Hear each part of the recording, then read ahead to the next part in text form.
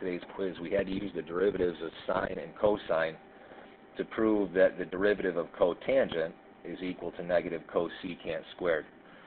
First thing we got to do here is just a basic quotient identity and understand that the derivative of cotangent is really the derivative of cosine x over sine x.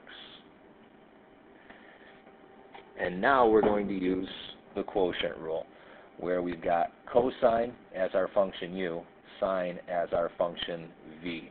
Okay, so the derivative of cosine over sine is going to be sine x times the derivative of cosine x minus cosine x times the derivative of sine x all over sine x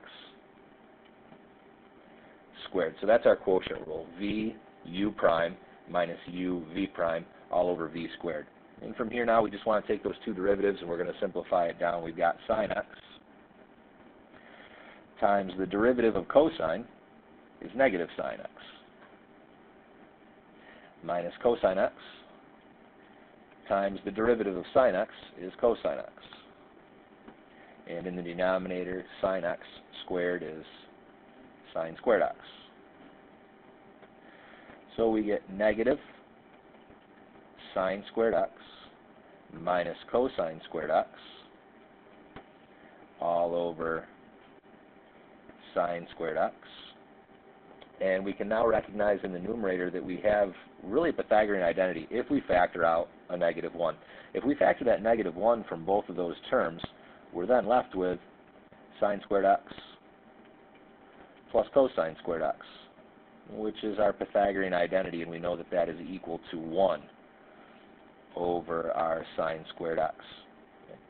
So in the numerator then we've got negative 1 times 1, which is negative 1 over sine squared x. And now we can use our reciprocal identity. 1 over sine squared is cosecant squared. And we've got that negative out in front of it. Okay, so the derivative of cotangent is negative cosecant squared, exactly what we needed to prove.